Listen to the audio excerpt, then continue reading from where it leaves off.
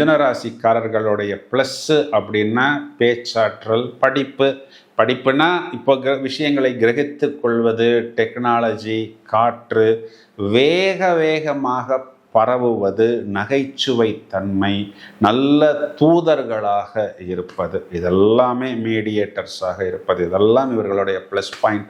Minus பாயிண்ட்னு பார்த்தோம்னா அந்த ஒரு நிலையற்ற தன்மை, கன்ஃபியூஷன், ஓவர் திங்கிங், சில நேரத்தில் வார்த்தைகளால் மற்றவர்களை லேசாக காயப்படுத்தி விடுவது, பொறுமை இல்லாமல்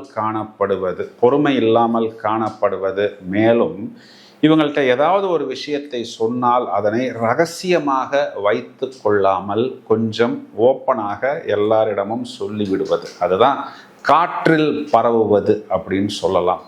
இப்போது இந்த நெகட்டிவ் பாயிண்ட்ஸை எப்படி ஓவர் கம் பண்ணணும்னா செல்ஃப் கவுன்சிலிங், பயிற்சி, முயற்சி, யோகா, தியானம், மெடிடேஷன். இப்போ உங்களுடைய மைனஸ் பாயிண்ட்ஸ் என்னங்கிறத நான் சொல்லிட்டேன். கொஞ்சம் நீங்களே உட்காந்து இரவு தூங்குவதற்கு முன்பு இல்லை காலையில் கொஞ்சம் யோகா, தியானம், மெடிடேஷன் இந்த விஷயங்களை யோசித்து அசை போட்டால் வெகு சீக்கிரம் இந்த நெகட்டிவ் பாயிண்ட்ஸ்லேருந்து வெளியில் வந்துட்டீங்க அப்படின்னா தென் ஸ்கை இஸ் த லிமிட் அப்படின்னு கண்டிப்பாக மிதுனராசிக்காரர்களுக்கு சொல்லலாம்.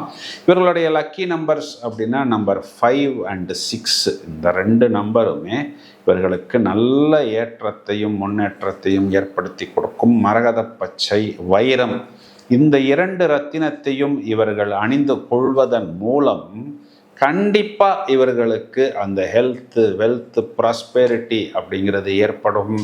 மகாவிஷ்ணு வழிபாடு, அதாவது பெருமாள் வழிபாடு, இவர்கள் குறிப்பாக புதன்கிழமைகளில், வெள்ளிக்கிழமைகளில் விஷ்ணு ஸ்லோகங்கள், இவங்களுக்கு தெரிஞ்ச அந்த மந்திரங்கள் ஜபம் செய்வதன் மூலம் வீட்டுக்கு பக்கத்தில் இருக்கக்கூடிய ஒரு பிரதான ஆலயமாக இருந்தாலும் சரி, இல்லை ஒரு விஷ்ணு ஆலயமாக இருந்தாலும் சரி, தொடர்ந்து வழிபாடுகள் செய்ய